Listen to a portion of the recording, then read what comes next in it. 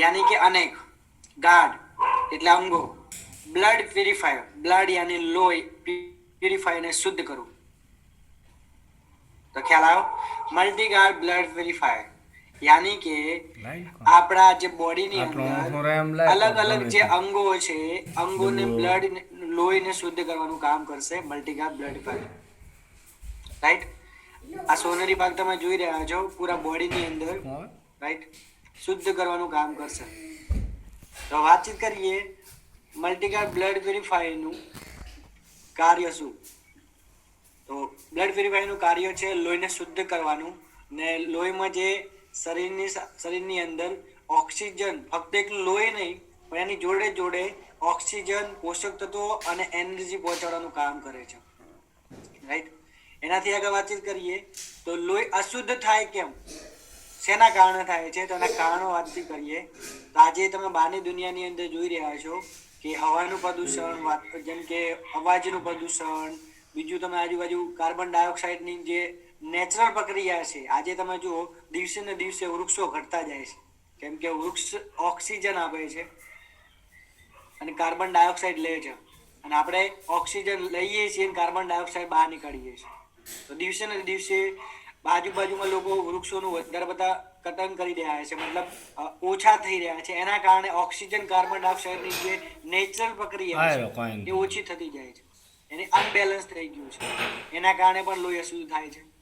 Kidney, liver અને પેનક્રિયા દ્વારા પેદા થયેલો અપચય પણ, જેમ કે ઘણા બધા જગ્યાએ શું છે કે આપણે જે કિડની, લીવર અને જે પેનક્રિયા જ હોય છે તેમાં જે પાચન ના થયેલો હોય એ પદાર્થ એમને પડેલો હોય છે ઘણા સમયથી. અને ઘણા બધા લોકો જેમ કે ગુટકા, તમાકુ આ બધું જે વ્યસન કરે છે તો એના કારણે બી વધુ થઈ શકે છે. રાઈટ?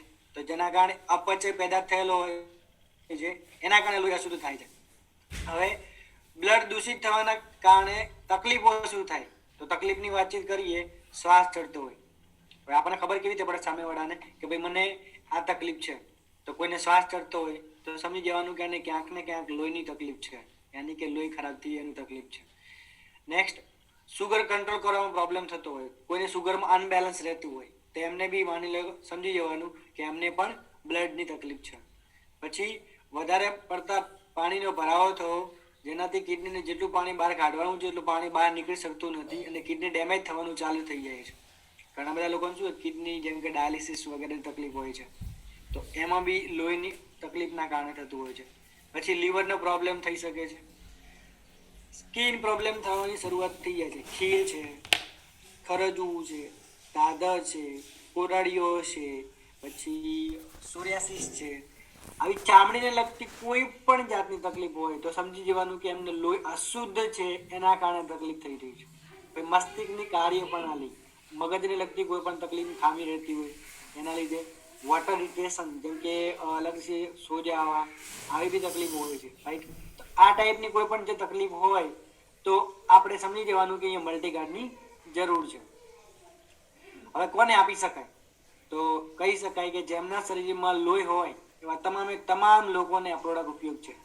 ફક્ત બીમાર છે એવાને તો ના, જેમને ભવિષ્યમાં બી લોહી અશુદ્ધ નથી થવા દેવું એ લોકો પણ આ પ્રોડક્ટ યુઝ કરી શકે છે હેલ્થી રહેવા માટે.